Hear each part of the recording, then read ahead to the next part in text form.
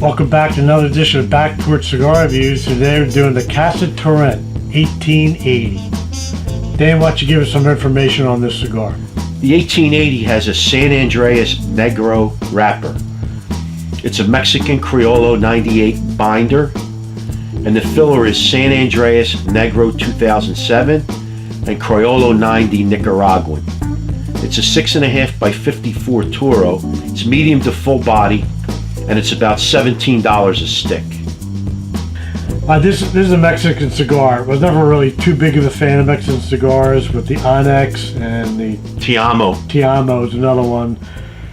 This is the 1880. This pays homage to the year that the Turrents started to grow their own tobacco. Looks like it's a triple cap. It has a slight oily sheen on the wrapper, some visible veins. It's got a rough, very rough finish, and it is the color of a dark roasted espresso, and it looks like it's packed pretty good. Nice airy draw, firm pack. It has a sweet chocolate flavor, slight floral hints, and an underlying sweetness.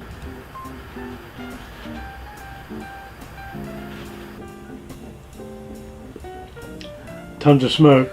Lots of smoke. A little bit of pepper. I'd say it's a hot red pepper on the retrohale.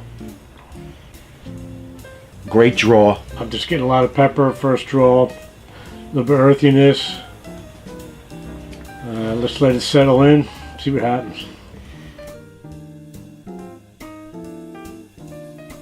Alright, we're at the first third. Mine's been burning perfect. Nice grayish ash. The retrohale, I'm getting a little bit of slight black pepper, and there's a little bit of finish of a cocoa on the retrohale. Getting the chocolate flavor, a little bit of cedar, and like I say, the sweetness of that cocoa.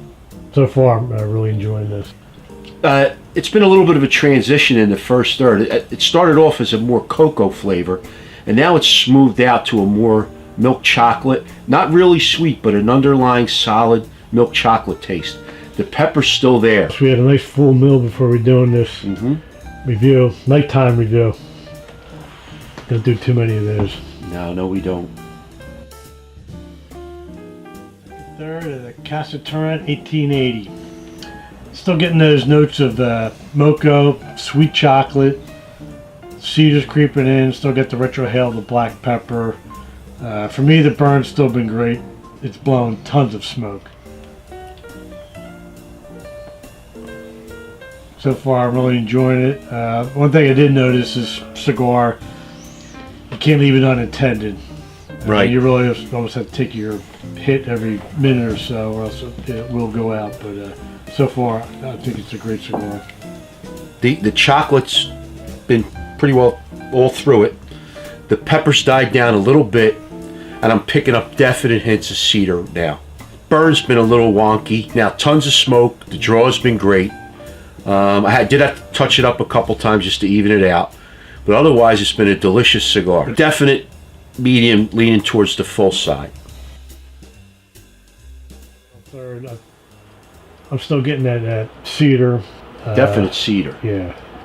Still get that chocolate sweetness is still there, more like a Moca. Still got tons of smoke. And I got a little bit of a coffee creeped in on here on mine. I really enjoyed it. I think it's a must-try cigar. I think it's right up there with the top ones. I'm going to rate it a 4. And the last third, the cedar really ramped up. But I mean, for me anyway, the point, it kind of like blocked out the chocolate. I still got that chocolate sweetness underneath, and it's still got that pepper. And like I said, the cedar started to come through in a much greater way. I'd rate this at 3.5. It was a very, very enjoyable cigar. I'd like to thank Mick from Tobacco Fields in Newcastle, Delaware, for sending these cigars for review. And we'll catch you now next time on Back Porch Cigar Reviews.